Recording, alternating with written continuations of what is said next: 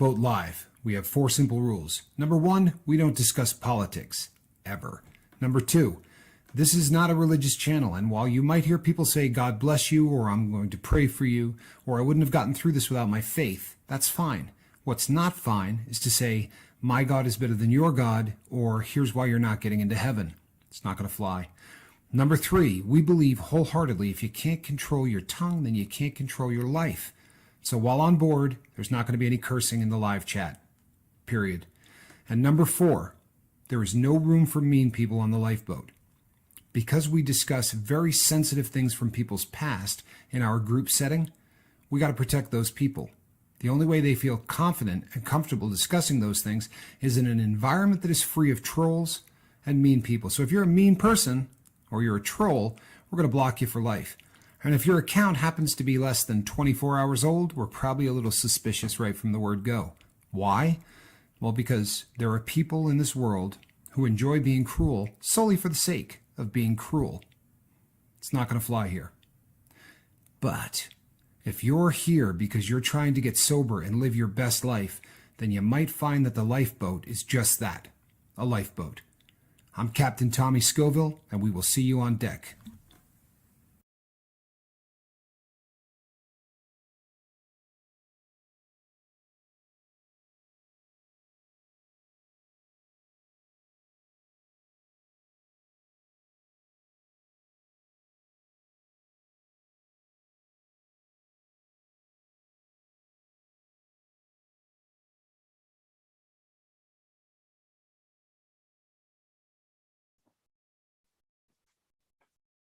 Hey, everybody. Wow, I thought I was ready. Hey, everybody, I'm Captain Tommy Scoville, and you're on the lifeboat. Glad everyone's here. Really am. This is going to be fun. What a great show last night. If you missed it, shame on you. It was one of the better ones to have an opportunity to sit down with a member of the boat and sort of just chop it up. It's from a creator standpoint. Boy, there's just nothing better. It takes, Nile and I had spoken real briefly before we went so that we had, some kind of a bit of an idea, but really there was not much structure to it. And that's a lot more fun, is just to sort of let it all ride kind of a situation. But that being said, brought up some cool stuff, and it brought up some things that, sorry, people, my chair is not right. Let me fix this here. That's even worse. Sorry. It brought up some stuff that I think probably ought to be addressed. And as we talked about last night, if you run a channel, ideally, we really aren't a sobriety channel. That's not, I guess we get called that quite often, but I don't think really by definition we're a sobriety channel. But it's a fine line that we walk, because you want to give people hope, but you don't want to give them false hope, and you don't want to create expectations for people that might be unrealistic. And the more we talked about it after the show, I hope we're not doing that. And it's one of those things that it can plague you if you spend too much time thinking about it. I definitely want to celebrate the victories of every single person here. What I don't want to do is create any kind of a false expectation of what sobriety is. So today, not going to be a buzzkill, but we definitely want to talk about the realities of sobriety. And there are some things that we need to go over, I think, so that they're more clearly defined. And one of the things that I think may be the I think I used to own that shirt. It says Seventh Son. Well, this is one of my favorites, man. I love this shirt. I don't wear it often enough, but I really love this shirt. One of the first things that I really want to hammer home, people, because you sort of have to guard against this in sobriety as much as anything else, as far as I'm concerned.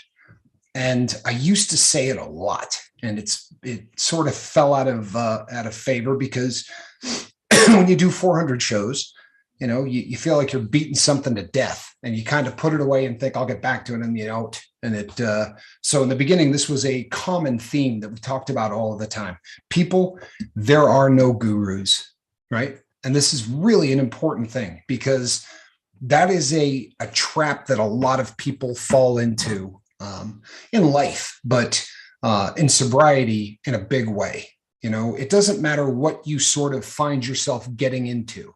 Obviously, I'm into watches, right? So there are guys on the internet who, hold on one second. If they cut out a man's tongue, doesn't prove he's a liar, just proves they're scared of what he has to say. Love this quote. Okay, interesting. Yeah, not a bad quote. But you find a lot of people in anything. So there are these watch gurus out there that purport to know more about watches than anyone else on the planet. And in most cases, they certainly know a lot more about them than I do. But it freaks me out a little bit that that they do sort of claim to know more than anyone. Number one, I don't know that I would ever want to know more than anyone. You know what I mean? There's an old quote about being the smartest person in the room. You know, if you're the smartest person in the room, you probably should find a new room. And I learn as much from the people on the boat, I hope, as that they're learning from me. This is a process, the sobriety stuff, that we all can learn from one another, simply for the reason that we're all in the same boat. And one of the things is that, if you get into anything, you want to find someone who has more answers than you. And very oftentimes, unfortunately, it's very possible to look to those people for all the answers. People, I certainly hope I have never come out here and lead you to believe that I have all of the answers. I don't think all of the answers exist. I think that we're in something where one of the other rules that I think really is important is, if you take the normal route to sobriety, there is no normal route to sobriety. If you take 5,000 people, there are going to be 5,000 very, very unique stories. The common thread, obviously, is the inability to pump the brakes. It's the inability to stop doing whatever your substance of abuse is. And other than that, people, there's really, every single road to sobriety is going to be unique. And, after doing the show with Nile, I started to go today and look at other people who set up this kind of a channel. Now, by that, I mean they have channels that talk about sobriety, because we're a little different in most everything that we do. But when I started looking at, sort of air quotes sobriety channels, very oftentimes these people do try to say that they have found the route to sobriety. And I think that's frightening, because this is not a one size fits all kind of a situation. I don't believe that for a hot second, that someone can get up and say, if you do exactly what I tell you to do right now, you're going to get the exact same results that I get. I don't think you can do that in anything. But, maybe, taking apart a carburetor and putting it back together, where it's one of those step one, step two, step three. What we're trying to do is tell you all of the things that have worked for many people. It's one of the reasons that we like to have other people on the show. And while that's on my mind, tomorrow night, we are going to be meeting here on the lifeboat 1 hour later than we normally do. So we will not be here at the same bat time. We are going to be an hour later. That's going to be 7 o'clock on the West Coast. It's going to be 10 o'clock on the East Coast. And we are going to have Rip Curl Readiness is going to be coming back on. For those of you who have been on the boat for a while, you probably, in fact, if you've been on the boat for a while, you will for sure remember the first interview that we did with Rip. It was awesome. It really was. It was just an incredible interview. And we all sort of got to the end of that and felt like we didn't get the whole story. And it's, same situation that it was with Nile. You just can't encapsulate a person's, life into an hour. It's just an impossibility. And I think that unfortunately, sometimes we try and people skip over large parts of their life, or they don't get to, they rush and they get to the point where you're not hearing all of the things that happened after the fact. You know what? TED Talks have a lot of great stuff. That was Michael Carbone that said that. And you know what? There's a lot of truth to that, people. If you have never checked out TED Talks, I would recommend doing it. There are some people on there that, every subject in the world, basically, they talk about a lot of stuff. And I have seen some great TED Talks on sobriety. There was a person there that very much is in agreement with us in terms of the opposite of addiction being connection. And he does an articulate and concise and beautiful. I wish I could remember the gentleman's name, but you may want to check out TED Talks. There's a lot of really, really good stuff on there. It's a good forum. But tomorrow night, we're going to have Rip Curl Readiness, and we're going to hear probably not the entire rest of the story, because again, an hour just doesn't do that justice, but we're going to hear a lot more of it. And he is a guy that, very much like Nile, he's a guy that is really good at getting his point across. You know, he really has an ability to take whatever is going on and bring it to a place where everybody can understand exactly what he's talking about. That's a rare thing as a speaker. That's not easy to do. But Rip does it really, really well. So that's tomorrow night, people. We will be here. And one of the reasons, that we have so many people on is because we want everybody to hear what has worked for other people. But make no mistake, that doesn't mean it's going to work for you. I really believe that sobriety is a one from column A and one from column B. And for some people, you can follow the 12 steps and it can work absolutely perfectly for you. And, that's something that for a lot of people, and by a lot, I mean tens of millions of people have, achieved sobriety through that route. A successful person begins with two beliefs. The future can be better than the present, and I have the power to make it so. I love that, Seventh Son, and thank you so much. I really appreciate the donation. I do, and that's a great quote. That really is. People, the one from column A and one from column B method, I think, is a recurring theme here on the Lifeboat for a reason, and it's the one size fits all thing is just a myth. A couple of things that I saw today that, you know what, I can't say it any other way. Maybe I could, but just pissed me off. There are people out there that are talking about the cure for addiction. There are people out there that are telling people, come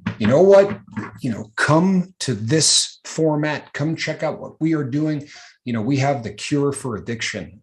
People, if there was a cure for addiction, I would shut this down right now, tell you the name of the place that you could go, and I would go with you, because I would love to be cured of my addiction. But I assure you that doesn't happen.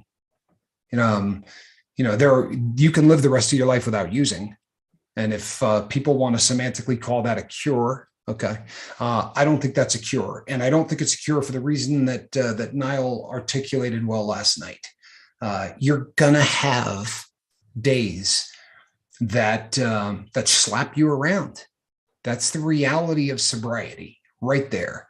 And that's just the way it is. You guys are never, privy to the conversations that Mark and I have before and after we go live. But there have just been so many times where, we come on here, I say, hey, how you doing? You know what? Today's one of those days. This is, I'm struggling. I think that the people that make it, the people that succeed are in my experience, are people that go out of their way to tell somebody on those days. You follow me? And it doesn't have to be a guru, and it doesn't have to be somebody smarter than you, and it doesn't have to be somebody with more sobriety than you. You just have to unload. And it's amazing how many times when I start that conversation, hey, Tommy, how you doing? You know what? Today's been one of those days. And then he'll let me vent for 4 or 5 minutes before he says anything. And usually by the time I'm done venting, I may not be perfect, but I'm certainly in a better place than I started at. And the other night we saw somebody come on here and share something that was just painful. And it was this fast after he did that. He said, you know what? I feel better just having said that. That is something that we hear time and time and time again. The hope for everybody in this recovery process is that you're going to spend the majority of your life not having one of those days. But no matter what happens, I haven't seen the cure.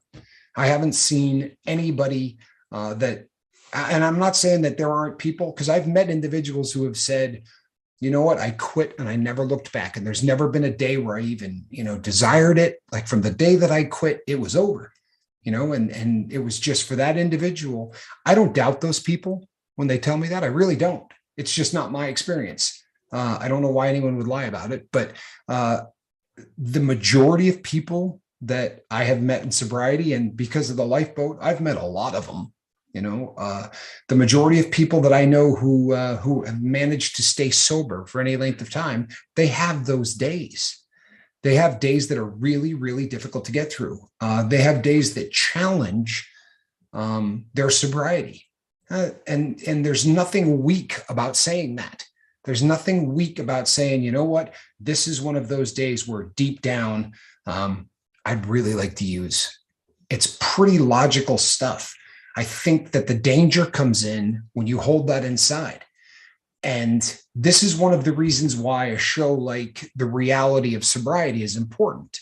Because if we do paint too rosy a picture, the last thing in the world I want is anybody out there that thinks to themselves, well, everybody else is just doing great. You know what I mean? Like, there's something wrong with me in this because, I feel like using. I'm certainly not going to tell anyone because they're all going to think I'm failing, right, at this whole sobriety.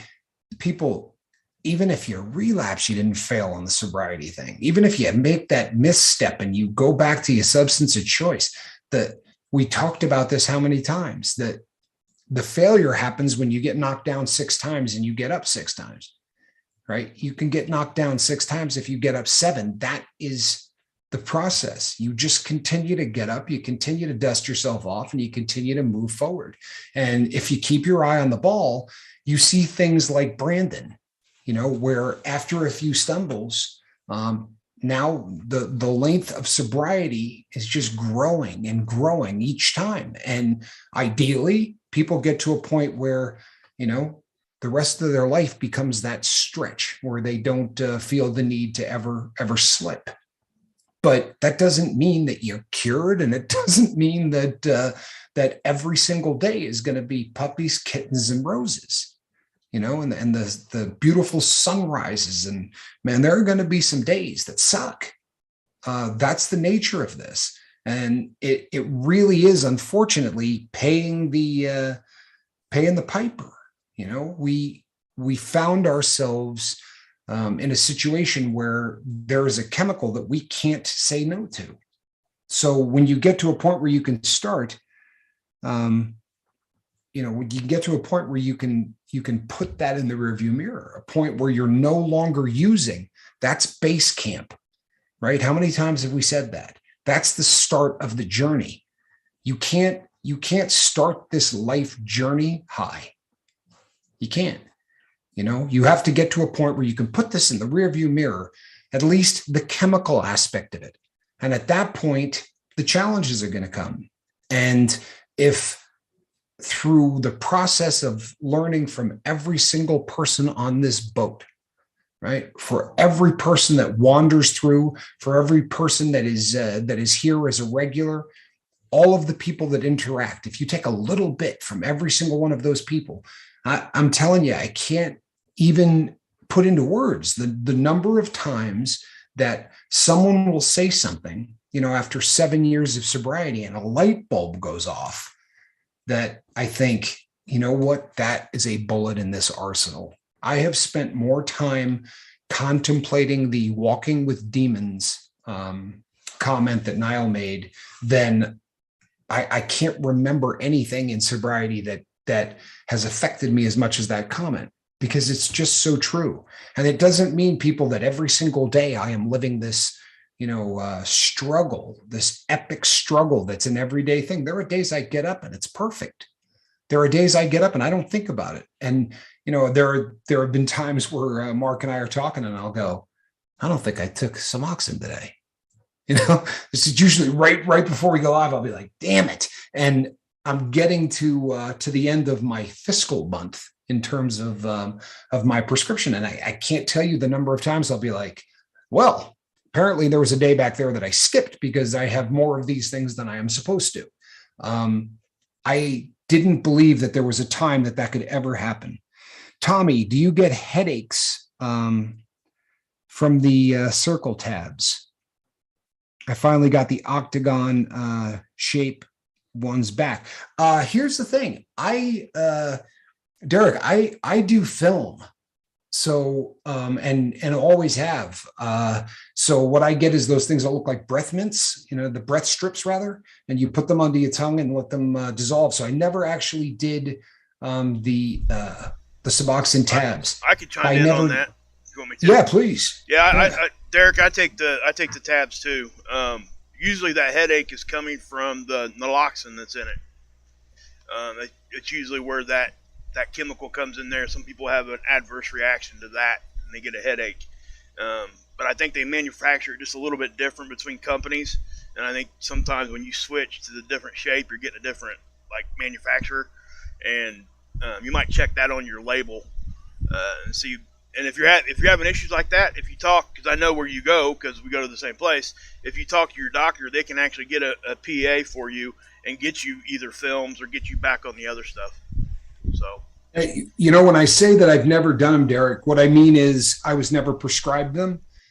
Prior to me getting off of heroin, when Suboxone was first coming out, and they were the octagons with what looked like a sword or a cross or something on them. I used to keep them. I'd have 4 or 5 in the house at all times for if there was a day that something happened, and that every once in a while there would be one of those days that a dealer got busted or I got busted or whatever happened that I was unable to do my daily routine. I would fall back onto those, but that's the only way I ever did them, and because of that, I wasn't taking them the way they were intended to be taken. So I can't. Yeah, Mark would know considerably more about that, but I do know that I have heard people say even on the films. This was something that Jack talks about, where certain manufacturers of the generic, have a different effect on him. Like he had called me one day and said, you know what? I don't think that. I think that the generics were stronger. He said that he would find himself getting tired at about 5 o'clock at night. And, that didn't happen with any of the other ones. And he had never felt any effect of any kind. But all of a sudden at 5 o'clock, he was getting tired when normally, that doesn't happen until 10 or 11 o'clock at night. And I said exactly what Mark did. I said, man, you need to talk to your doctor, right? Talk to the pharmacist and say, I do not want this. There usually when you go in there are a lot of different options in the generic. And, one more thing I would add to that. Sure. With the generic part of it, guys, this goes across the board for any medication. They're only legally obligated to make that a generic drug 80% of what the name brand is. So when you do get things like that, sometimes they can cut it back and you don't even know it. But it's usually not enough to bother people. But if you're having issues, yes, please go to your doctor. Lone Wolf says, I'm on Suboxone as well. I only get headaches if I do it, meaning if I try to take a little more than I need. I guess I've been blessed. I've never actually gotten headaches from from the Suboxone at all. I've been blessed that way. I used to take 8 milligrams of Suboxone a day. These days I take 4. I have cut back the dose. And people, I'm not a guru. I'm just a guy that's taking the stuff the way everyone else is, and I'm not suggesting to anybody that they cut back or anything else. This was something I talked about with my doctor, and it's not even that I'm trying to phase off or do anything like that. It's not something I am planning to do. For me, it was just if I could get the same results by taking a smaller dose, that always just seems like a good idea with anything to me. So that was the reasoning behind that. But I also will tell you, the first day that I feel anything that I have felt not before. In other words, from the first day I started taking this, it has removed those cravings and those desires. The first time that doesn't happen, I'm going to go to 8 very quickly. I promise you it's not something I'm going to tough a few days out of to see what happens. Bent Genetics, good to see you, my friend. Hope you're doing well. Always a pleasure. But yeah, this is a perfect opportunity to bring up something that I think is really, really important. And we say at the beginning of every single show, but I don't think you can beat this drum enough. We sometimes get a mindset about talking to doctors. And I think it's because for a long period of time, especially for those who were addicted to opiates, we tried getting over on doctors for a very long time, right? I mean, most of us were always trying to work an angle to get a little bit more, or trying to fake an injury to get some. Like, I've done all of those things. And you kind of get this mindset of like almost maybe they're not to be trusted, or they're not your friend, or any of those things. It has been my experience, just mine, that the people who work in this field tend to be very, very attentive. The last thing they want is for you to end up failing. The more people that are successful, the better they're doing in their field. So communicate with your doctor, man. If you're getting headaches, or any of these things are happening, please tell them. If you're having a problem with a specific, a generic or a name brand, or whatever the case may be, the best case scenario, people, is always to just be super open with your doctor and talk to them, because they went through a process of getting trained on this, where obviously they know a lot more than I do. So I can tell you some anecdotal stuff just from my own experience, and since it's not something that had happened to me, please talk to your doctor. I do feel pretty strongly about the films. They've worked so well for me. And the process of taking them, maybe it's a ritual thing, honestly, because I am a drug addict, and maybe there's some ritual to the whole melting and the taste and all of that we as addicts, we kind of crave that. We crave ritual, and for me, the whole thing is there's a feeling of well-being, and I don't mean like catching a buzz. I mean safety. You know what I mean? Like when I feel that the orange taste and all of that, that's something that helps me. You take 2 a day. Okay, that's awesome. Getting to, and this is in anything. If you're doing any kind of a medical assisted treatment, don't be afraid to talk to the doctor. Don't be afraid to try every single thing that needs to be tried until you find the wheelhouse. You find what works for you. Yes, because what you really want with any kind of medical assisted treatment is to get to zero, to get to the baseline. You're not trying to catch a glow or a buzz. You're just trying to eliminate, something that for a lot of people, requires help to eliminate that overwhelming desire, that overwhelming, voice that sort of demands to be fed. Those cravings can be vicious, and they can cause so many people problems. While we're on this subject, it's a little off the beaten path, but while we're on this subject, for those of you who are suffering with alcohol use disorder, please talk to your doctor about naltrexone. All of the literature on this, all of the studies, everything that is coming out on how well this is working for people who struggle with the addiction to alcohol. It really has been a godsend for so many people. I really want everyone, if you're struggling, please, don't hesitate for a second to talk to your doctor about this. And in most cases, if they're a doctor that doesn't know about it, they're going to send you to someone who does.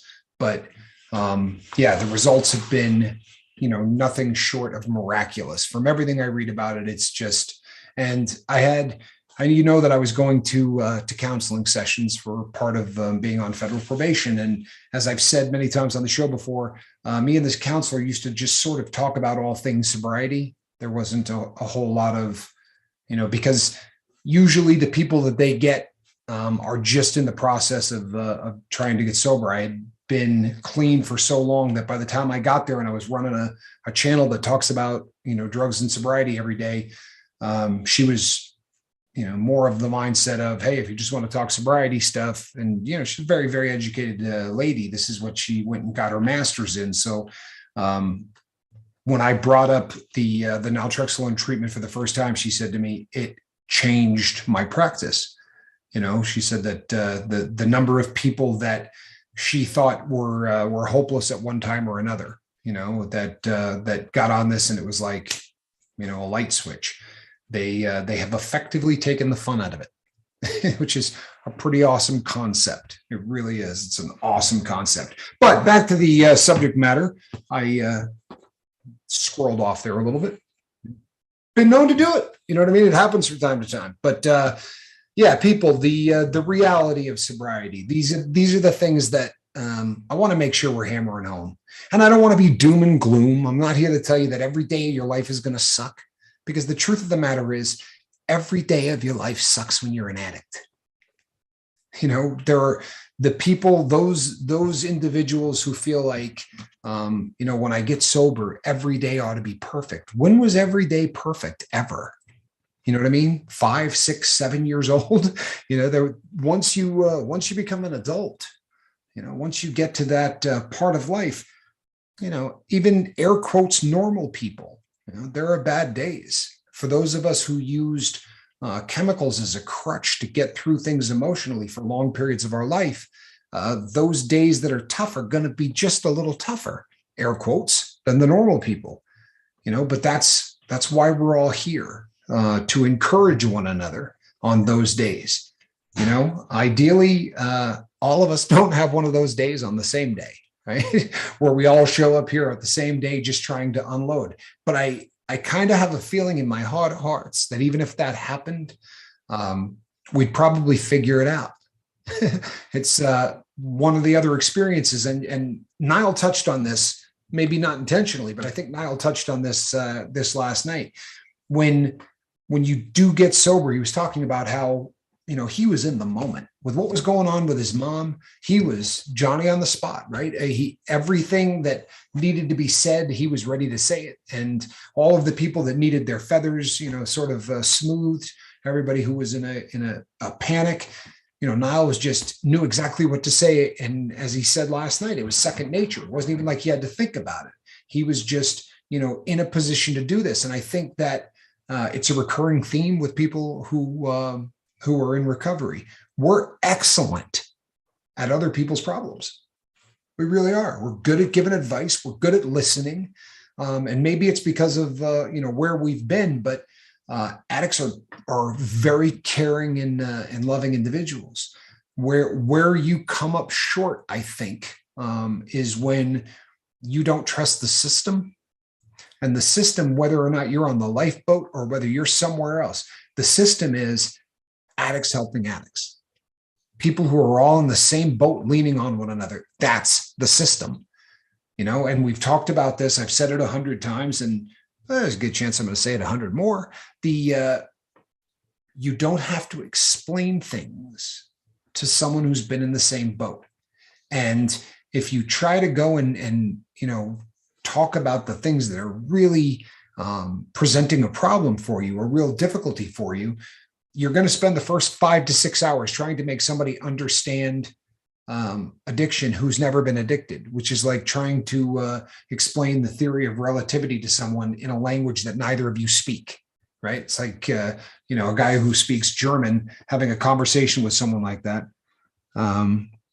In case it was missed, I am AKA, guilty as hell. All right. It was missed. So I'm glad you did that. Thank you, my brother. And perfect name. You talk about a guy that's guilty as, I'm just kidding. Seven Son, always there for, and you know what? I'm glad that this came up because I don't say it enough.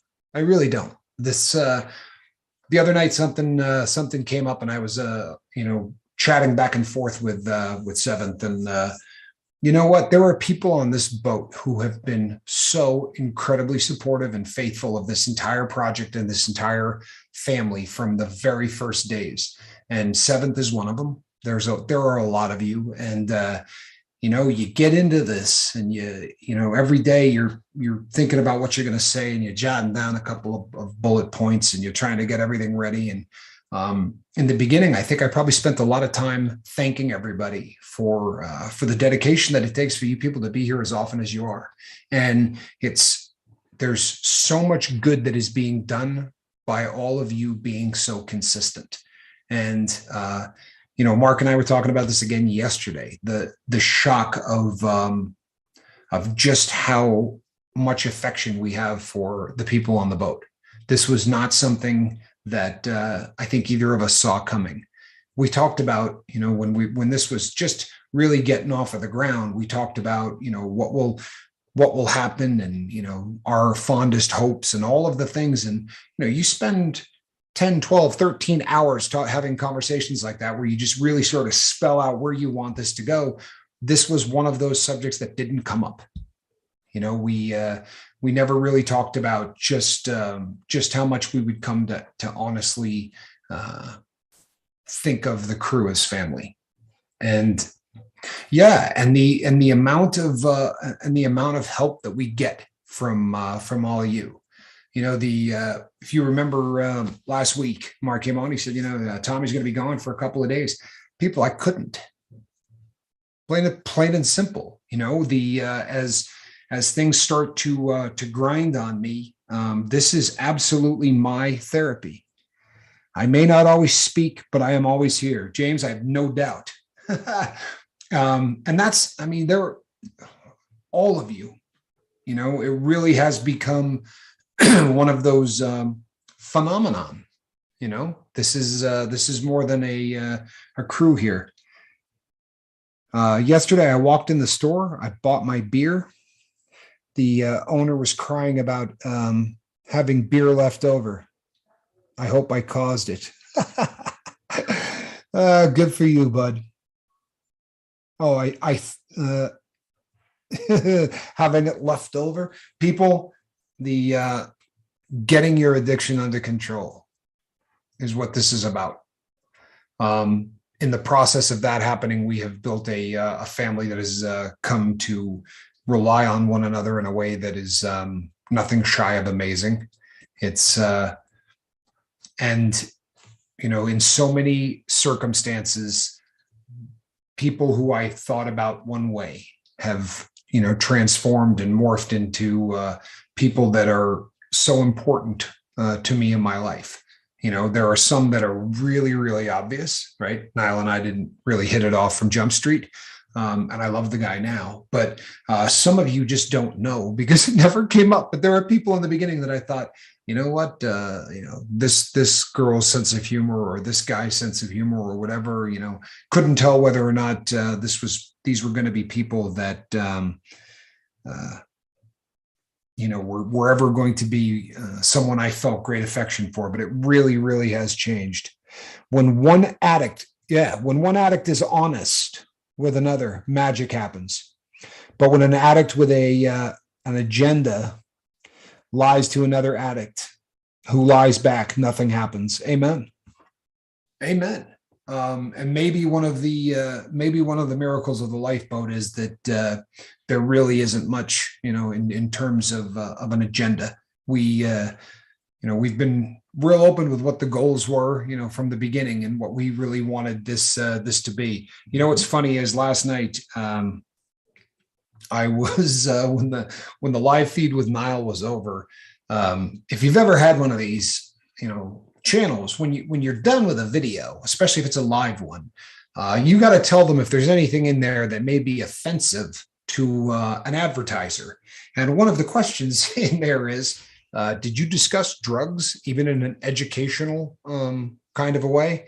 So obviously we need to check that box on every single video. And over the time that the boat has been up and running, especially since it was monetized, we have been accused of being the greediest people on the planet who are doing this so that we can drive Ferraris and wear Patek Philippe wristwatches. And last night, when I went to click the little box and all of that for Nile's video to see whether or not we could monetize it. I had to also then monetize 17 others that I haven't bothered to click at any. It'll be good. We'll give the chimps in the basement something to do for a week or so. But it occurred to me as I realized that it's been 2 or 3 weeks since I bothered, that it's really people the last of the concerns. The agenda here really is just one thing. What kind of camera do I use? Believe it or not, this is just a Apple setup. It's the newest and the gnarliest of the cameras from iPad is what it is. And after doing a ton of research, that was the angle that I went with, although that is about to change. This is, all things are about to change as far as that goes. In the last, say, 5 or 6 days, I purchased the absolute top of the line Apple laptop.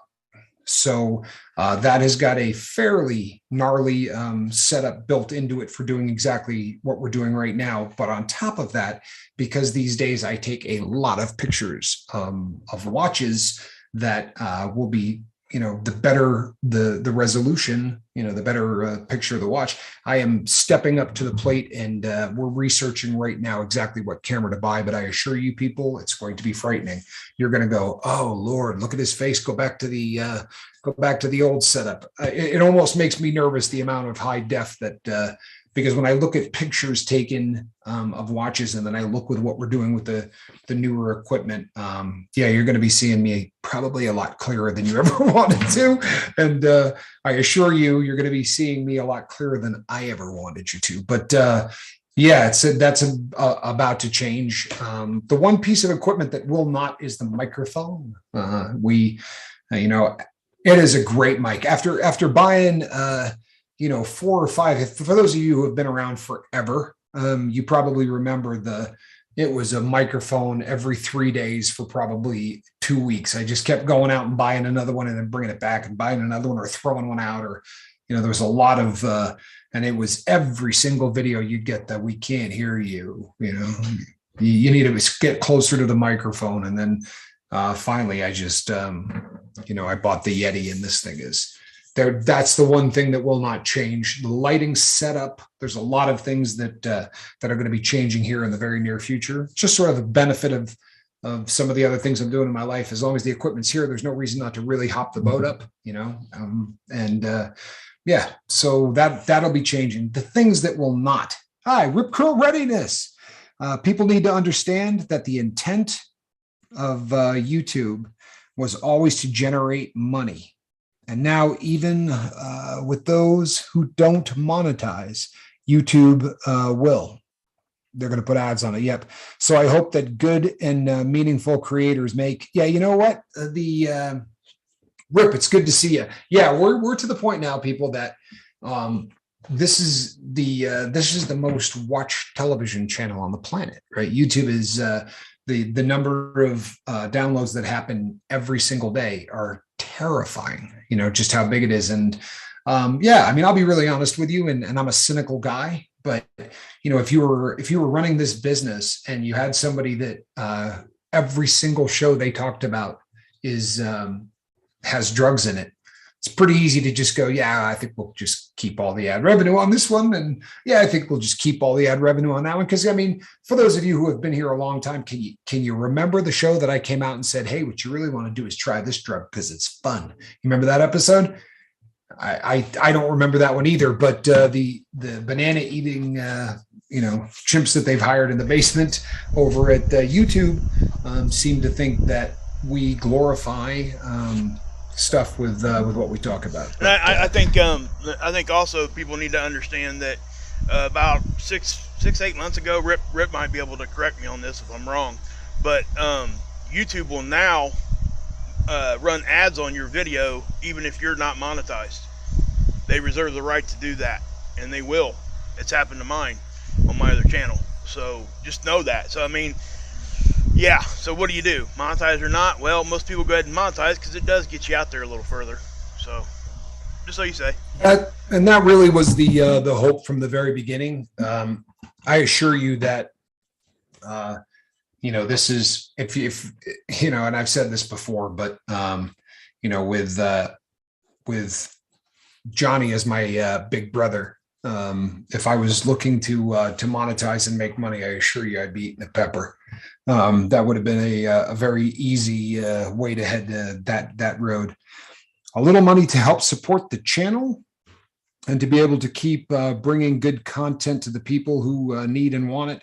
And from what I know, most channels under 25,000 don't really make much at all. You know something? I'll be honest. The majority of money that we've ever made here has just been through generosity of people. And contrary to popular belief, we've never asked for that. There are videos out there that say that I come on here every day and tell people that I need you to do that. I don't remember that one either. It was probably right after the video that I talked about how much you should be doing drugs. I probably made that, hey, give me your money video shortly after that one. But truthfully, you know what, we're humbled by it every single time one of you does that. But the real point of all of that was to push this out as far as possible. And to the one thing I will say about them, because that I'd like to, the big red button I like to pick on a lot, but they have brought amazing people to the party. And I think if we weren't monetized, that probably wouldn't have happened to the same extent. They have a vested interest in pushing this thing out to other countries and to other places. And, we've got a great family in other countries and all over the world. I mean, Nile's a great example. Alan Ballantyne's a great example. We're blessed beyond belief. We really are. We're lucky. And I don't know if you've been watching, but the numbers are going up. We're the numbers of views and the number of people. And it's exciting when that happens. We don't put too much stock in it because it's one of those things that happens and then stops and happens and then stops. Our goal has always been, right, 6. I could save 6 of you, and we're just going to go save 6 more. The idea is to bring as many people as possible to a point in their life where they can make a decision to stop doing something that's killing them. That's it. It's funny too, since the title of this video is the reality of sobriety, I think it's probably somewhat appropriate that we got to the reality of this channel, because that's what it boils down to, people. It really boils down to we're not gurus. We don't have all the answers. No one does, but we're hoping that by bringing really good people on here and by the fact that we do it live, because I think that the majority of education on this channel happens with what you people are doing right now. The comments section is where the gold and the healing and all of the beautiful things at the lifeboat. It's not myself and it's not Mark sitting in front of the camera and spouting wisdom that makes things happen around here. What makes things happen around here is that the love in the comment section is so evident to every new person that walks through the door that immediately we hear it every single time. Boy, this is really different. They don't go, wow, you guys are awesome. They say, boy, the lifeboat is really different. Yep. And I think the chat room's kind of like my grandma's house. When you walk in the door, you're immediately accepted, and they're trying to feed you and give you all kinds of food and drink and everything. So, I mean, that's kind of what I see, the same attitude, guys. I know it's kind of a comical thing to say it like that, but it really, in my opinion, that's really what it feels like. It feels like family. That's all. Yeah, no, there's something to that. There really is something to that. And, very often we get people that, I don't know, it's one of those things that's difficult to describe. If it wasn't, I think that maybe it wouldn't be a success, right? If you can describe it really easily, then maybe there's nothing magical about it. The fact that people seem to struggle to put it into words, that's I think that's a pretty good thing. And I think it's a pretty good indicator that you people really have made this place special. You know what? The longer that happens, the more Mark and I will probably get better at not going, oh shucks, when people talk about how great the channel is. But make no mistake, we're aware of the fact that we're lucky, and we're aware of the fact that this is different. Nile has probably put it as nice as anyone else, and did a pretty good job of saying it, that it really is. It's just unique. It's different. There's not much else out there like that. And the real difference between us and every other channel isn't taking place in front of the microphone. It's taking place in the comment section. Yeah. That is my humble opinion. And in, the comment, if anybody missed it earlier, I said to Flamin, I look forward to seeing him tell everybody in that chat room that he loves them every time. I look forward to that every day. And that word right there alone, it speaks volumes. It really does. And the thing of it is, guys, you can tell he means it. It ain't something that's semantical or just trying to blow smoke. He means that when he says it. No, that's genuine stuff. Yep. Derek, I don't know how many buildings YouTube owns. What I do know is that the primates in the basement are busy, right? Saying that one's no good, that one's no good, that one's no good. They're busy. I promise you. But I don't know. It's a virtual thing. It really is. It's a huge. I don't know that they need a whole lot of buildings.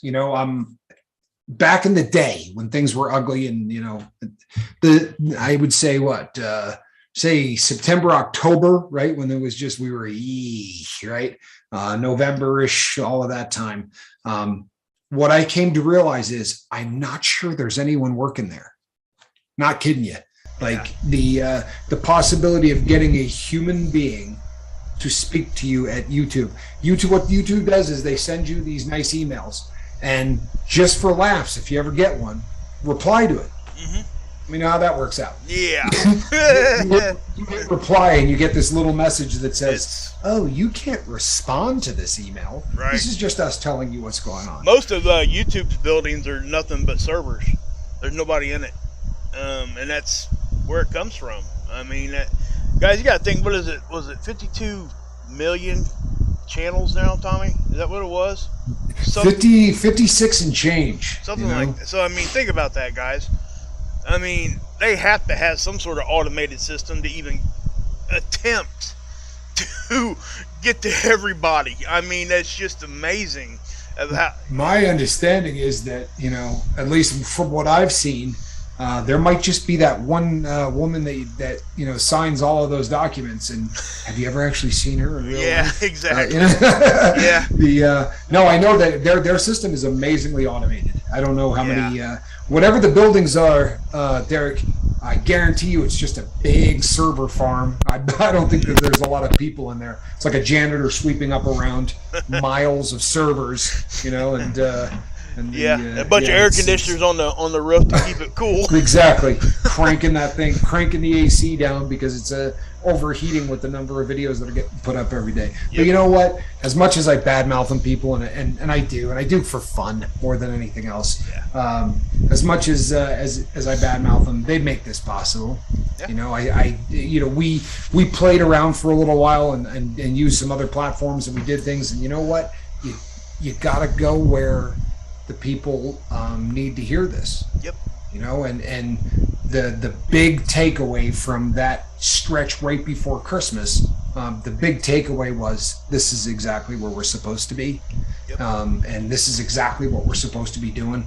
And it was, again, people, I wish you could have seen the text conversation between Mark and I, where we literally overlapped, text messages that probably bumped into one another on the way to each other, saying, we just gotta go back. We just gotta go back and do what we're doing. That's we and I have never been one to not feel very comfortable saying I made a mistake.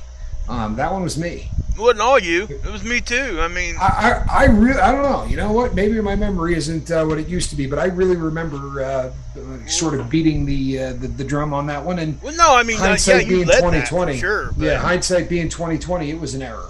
It was, but thank God, the faithful, you people, you're resilient as hell, and you're about as faithful a crew of people as you're ever going to find on the planet. And I don't think we. And we're probably better off because of it. It really did cement for the lifeboat, exactly where we needed to be and what we need to be doing. It taught me a hard lesson, honestly.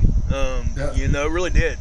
But we're not trying to rehash any of that. We're just trying to say, you know, listen, guys, we're back here for a reason, and what makes it special and what makes it even that much more better is that we can admit that we made a mistake. And you won't get that very many other places, you know.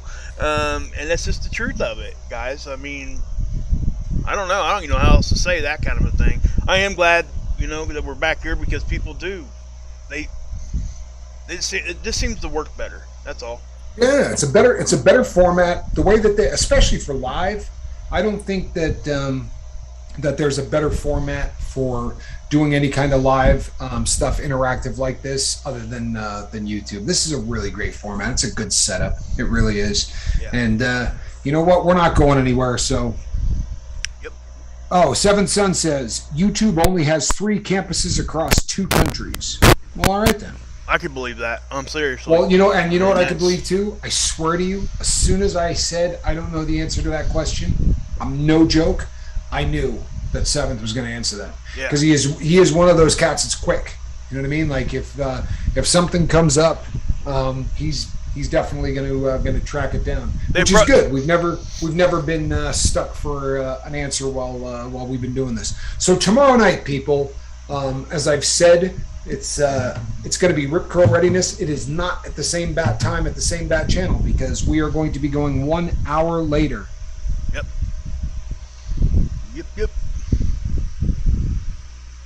That's a cool comment. That really is. I got to read this. You know what? I have to. Maybe it's self-serving, but this is a great comment. No wonder why there is so much, why there is a lot of hate against this channel. Miserable people hate those who exude love, kindness, understanding, and really attempt to live their best lives. You know what? There's something to that. So there really is. Yeah, there is really, really something to that. That's a great comment. Thank you. Yes. Stacy Michael says, and that is the truth, and she spelled that the right way. So, yeah, people, you know what? The reality of sobriety is there's going to be some real tough days. The reality of the lifeboat is we're going to be here when you have those tough days, right? And I don't just mean me and Mark. I mean the crew, they're going to be here. So whatever you do, don't bottle it up. If you feel like you're really struggling, come here. You know, get in the comments section, say I'm having one hell of a day, and watch how these people will rally to your aid, because that's what makes this place unique. Yes. You people, true story.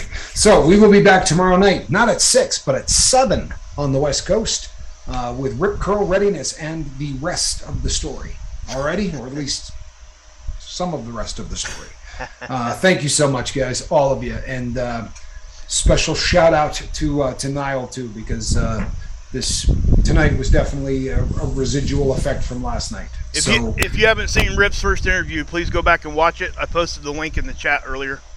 So perfect. So we will be back tomorrow at 7 o'clock on the West Coast time.